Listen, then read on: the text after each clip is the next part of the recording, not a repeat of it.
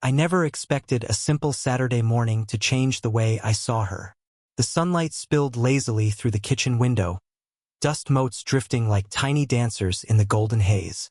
I was supposed to be helping my friend pack for college, but instead, I found myself standing in her doorway, pretending I'd come for the cereal. She was there, leaning against the counter, mid-40s and effortlessly composed, though something about the way her cardigan hugged her frame made her look human. Vulnerable. I swallowed hard. My stomach twisted in a way I hadn't felt in years. She looked up, and for a moment, the air between us thickened, like the room had shrunk around her. "You're early," she said, her voice carrying that warm lilt that always made me forget how to speak. I smiled, a little too awkwardly, trying not to notice the way her hair caught the morning light. "Couldn't sleep," I said, honest enough yet half a lie. I couldn't stop thinking about her, about how she moved, how she laughed, how she always knew the right thing to say without even trying. She tilted her head, a small smirk tugging at the corner of her lips. "You've changed since last summer. More patient, more present." Her eyes lingered on mine longer than necessary, and I felt my pulse spike. I laughed nervously, brushing the back of my neck. "I guess college makes you grow up fast." She chuckled softly, a sound that seemed to reach into parts of me I didn't know existed. There was a brief silence, filled only with the hum of the refrigerator and the faint tick of the clock. I wanted to say something clever, something that wouldn't make me sound like a kid, but the words froze. Her hand brushed against mine as she reached for a mug, and I swear the world tilted slightly. I could feel the subtle electricity, the invisible thread pulling me closer. I caught myself staring, really staring, and immediately chastised myself. She was my friend's mom. How insane was it that my heart was pounding like this? "You're different," she murmured, almost to herself. Then louder, "You're more mature than most men I know." Her eyes met mine, steady and knowing, and I felt an unfamiliar mixture of pride and guilt twist inside me. Different, mature. Two words I never thought could feel like a spark, like a flame threatening to ignite everything inside me. My chest tightened, and I couldn't stop thinking about the curve of her smile, the way her eyes softened when she looked at me, the subtle grace in her every movement. I stepped back, suddenly aware of how close I'd let myself get. And yet, part of me wanted to close the distance again, to feel the warmth of her presence, to see if this silent tension meant something more. Before I could decide, the doorbell rang. She glanced toward the sound, her brow furrowing, and I felt a shiver run down my spine. Not from fear, but from that delicious, terrifying uncertainty of what this moment could become. Her eyes flicked back to mine, unspoken questions hanging between us, fragile and dangerous, and I realized that something irreversible had begun, something neither of us could ignore. I followed her into the living room, my shoes barely making a sound on the polished floor. She settled on the couch with a sigh that seemed to carry more weight than the morning itself. I couldn't help noticing how the light caught the silver strands in her hair, the way her eyes held quiet stories behind them. "I didn't mean to keep you up last night," I said, forcing casualness I didn't feel. She smiled faintly, but it didn't reach her eyes. "It's fine. I was thinking too." Thinking. The word made my chest tighten. There was history there, loss, regret, mistakes I could almost see etched into her posture. I knew she'd been married once, long ago, before life had taken its sharp turns. Divorced, they said casually, but I sensed the pain still lingered, tucked beneath her grace. I glanced at the empty photo frame on the mantel, a man's face faded and smiling, frozen in a past she didn't speak of often. I wanted to ask, wanted to reach for it, but I didn't. Instead, I shifted on the couch, pretending my knee didn't knock against hers. She noticed I was sure of it, though she didn't flinch. And then there was me, 20 years old, fumbling with feelings I barely understood. My last relationship had ended abruptly, the kind that leaves you hollow and suspicious of your own heart. Yet with her, it was different. My thoughts kept straying to the warmth of her hands, the quiet authority in her voice, the way she somehow saw me fully, without judgment. The danger of it all pressed against me like a living thing. She was my friend's mom. Older. Experienced. I was barely a man in my own eyes. Every glance carried the risk of ruin. Every lingering second a temptation I wasn't sure either of us should entertain. And yet, here we were, sitting across from each other, words measured, smiles small, the air around us charged with things neither of us could say aloud. I watched her as she absently traced the rim of her coffee cup, a habitual motion that somehow felt intimate. I wanted to reach out, wanted to let my fingers brush hers, even if only for a heartbeat. My pulse raced as I imagined the shock of contact, the way our worlds could collide silently in that single touch. "You know," she began, her voice low, hesitant.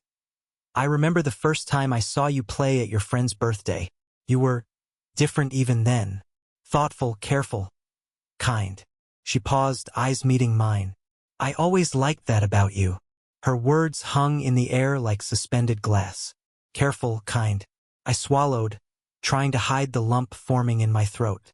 I wanted to tell her I felt the same, that I'd been watching her too, from a distance, waiting for moments like this, but the risk of confession made my tongue heavy.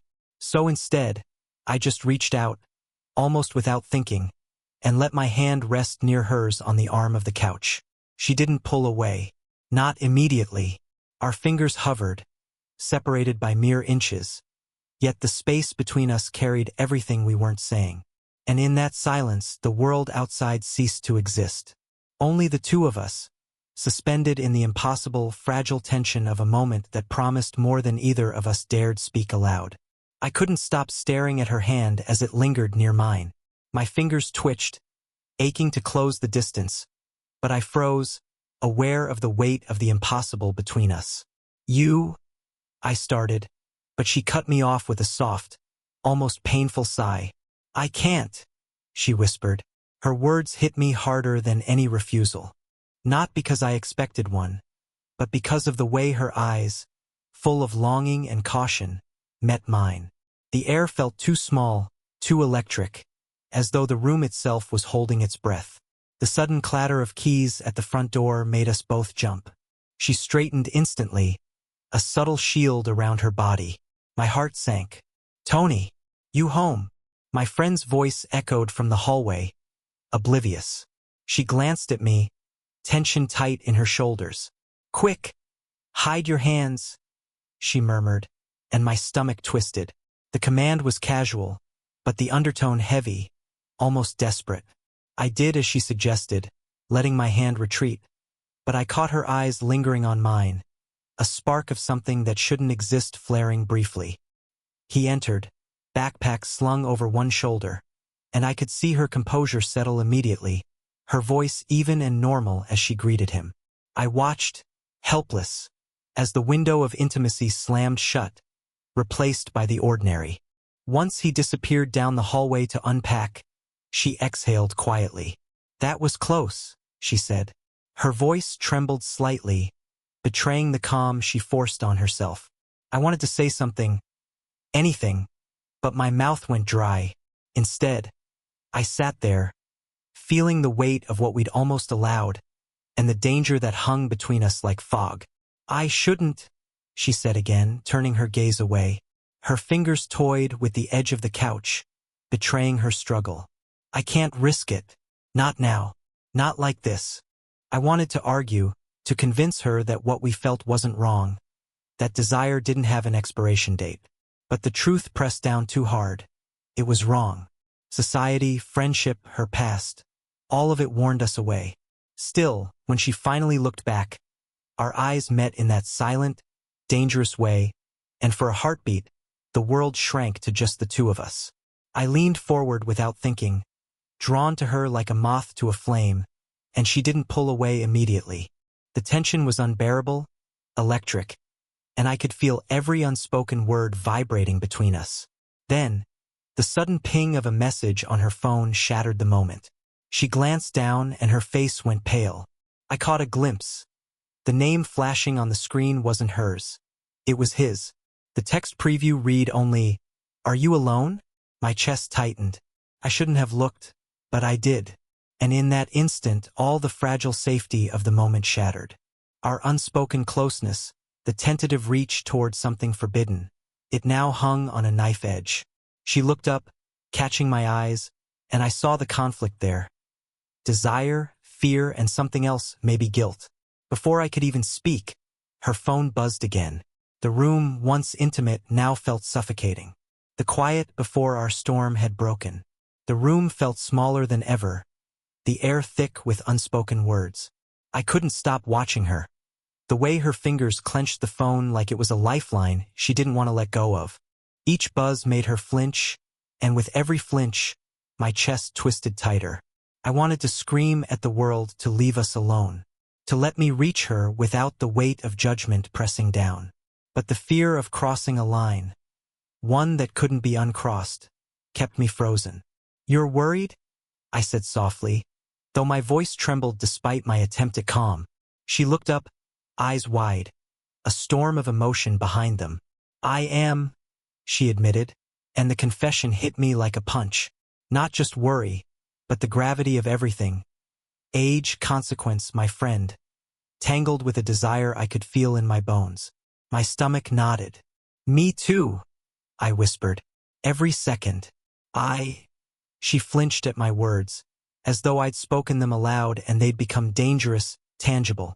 "You can't," she said, shaking her head. "I can't. I won't." I wanted to argue, to reach across the divide and erase the world that told us this was impossible. Instead, I stayed silent, letting the weight of the moment press down, knowing it could shatter us both.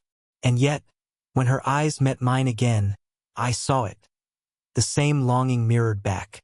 The tiny tilt of her lips, the tremor in her breath, the hesitation that screamed she wanted this too, in spite of everything. A sudden laugh from the hallway. My friend, oblivious to the storm raging here, snapped us back to reality. She set the phone down abruptly, the motion sharp, protective. I noticed the faint blush creeping up her neck, the way her fingers lingered near hers as though holding on to courage she didn't feel. "You're reckless," she said softly, half teasing, half warning. "And you?" I trailed off, the words failing me, though the meaning was clear. I wanted to tell her she was irresistible, dangerous, the one thing I couldn't let go. I wanted to tell her she'd already captured me. Entirely. She caught my gaze and didn't look away. Not this time. Not even when her chest rose and fell with careful breaths. The tension between us stretched, taut and electric, as if the smallest movement could ignite everything. I stepped closer and she didn't move back. My hand hovered near hers, trembling slightly. Her lips parted, just a fraction, as though inviting a confession I wasn't sure I was ready to give. The silence between us became unbearable. I could hear my own heartbeat, loud and ragged, and I knew she could too. Then, the unmistakable sound of footsteps coming up the stairs froze us both. She glanced toward the hallway, eyes wide. I saw it, the panic, the fear, the hesitation, and in that split second, everything changed. The fragile safety we'd been clinging to evaporated. Our eyes met again, holding a storm of desire and dread, and I knew one move, one word, could either ruin us or finally set us free. The door creaked open. The door clicked open, and my friend's roommate appeared, backpack slung over one shoulder. My heart sank instantly. He froze in the doorway, brow furrowed, and my stomach dropped. He'd seen something, maybe the tension, maybe the way we'd been sitting too close, hands too near. Didn't know anyone was here," he muttered, eyes darting between us.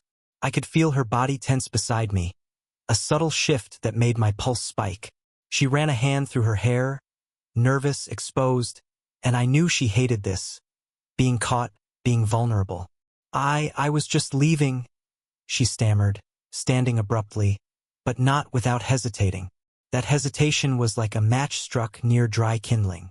I wanted to say something, anything to smooth over the moment, but the words tangled in my throat. We'd been reckless, daring, and now the illusion of privacy had shattered. He lingered, uneasy, fidgeting with the strap of his bag. "You two, look like you were." He stopped, realization creeping across his face, and my stomach dropped again. Her face went pale. "Tony," she whispered, not looking at me, not even meeting his gaze. I felt a surge of panic mixed with something more dangerous. Desire, maybe guilt, maybe the knowledge that nothing could go back to the way it was. The tiny thread we'd clung to, the secrecy, the unspoken, was fraying fast. I wanted to pull her close, shield her from this, but I knew even if I tried, it might make things worse. The risk of exposure, of judgment, pressed down like a weight I couldn't lift. "You like her?" he finally blurted, eyes wide, searching mine for confirmation. My throat tightened. How could I answer that? Yes and no, everything and nothing, all at once. My glance flicked to her, to the tension in her shoulders, the tremor in her hands, and I saw the same storm mirrored there, fear, longing, and a daring hope neither of us dared speak aloud. I don't know what you mean," I said, voice tighter than intended. He didn't buy it. He tilted his head, suspicious, and my pulse hammered in my ears. I wanted to vanish, to erase every moment that had led us here. She stepped closer to me, a subtle shield of warmth, and in that instant, my resolve wavered. I wanted to confess everything, throw caution to the wind, let the world fall away, but the risk was crushing. Then his phone buzzed. He glanced at the screen, eyes widening. He froze, and a faint smile flickered on his lips. Wait, that's not what I thought." Relief surged for a heartbeat, but it was short-lived. Her eyes narrowed at the corner of the room, and I noticed a second phone buzzing silently on the coffee table. Her phone. Another message waiting, unread, name flashing. "Are you really alone?" My chest tightened. The fragile moment of safety was gone. The tension, the desire, the guilt. It all stacked higher, unrelenting. She looked at me, biting her lip, a question in her eyes without words. And in that instant, I realized the rules had changed. Nothing would ever be the same again. The game had begun. We were alone again, the room finally quiet after the storm of interruptions. The tension didn't fade. It thickened, pressing into every nerve. I could feel it in her, see it in the way she hesitated at the edge of the couch, hands clasped tightly in her lap. "I can't lie anymore," I said, voice barely above a whisper. My hands trembled as I reached toward her, unsure if she would recoil or let me close the space between us. Her eyes met mine, wide and searching. I know," she admitted, and the confession, soft as it was, felt like a collision. The air between us shimmered with everything unsaid. Desire, fear, guilt, longing. They all tumbled together in a messy, human knot. I wanted to step closer, to bridge the gap with a single motion, but the thought of consequences still lingered, sharp and jagged. "I shouldn't," she breathed, her lips parting slightly. She ran a hand through her hair, a nervous gesture, and I noticed the way her pulse fluttered at her wrist. Vulnerable, alive, real. "You don't have to," I whispered. "Not if you don't want to." Her laugh was low, bitter, and then soft, almost sad. "I do, but I can't. Not like this." She paused, eyes fixed on mine. "I've never felt this way before, not with anyone, and it terrifies me." I took a cautious step forward. Our knees nearly touched. The room contracted until it felt like only we existed. "Me too," I said, terrified, "but it's real. I can't ignore it anymore." For a heartbeat, she hesitated. And then, slowly, ever so slowly, she placed her hand atop mine, light, tentative, like testing the water before diving in. But it was enough. Enough to say we both knew. The world outside didn't matter. The texts, the interruptions, the judgment, they all felt distant, irrelevant. There was only this fragile, impossible thing between us. Truth made tangible, danger made intimate. Her lips quivered into a small, secret smile, the kind that hinted at laughter and tears and every emotion she refused to voice. "So, what do we do now?" I swallowed, heart hammering. "We see where this goes. Carefully, messily, together." She nodded just slightly, but it was enough. Enough to know she trusted me, enough to know I would protect this fragile connection, even if the world wanted to tear it apart. We sat like that for a long moment, hands intertwined, breaths sinking, every hesitation, every fear acknowledged and held in common.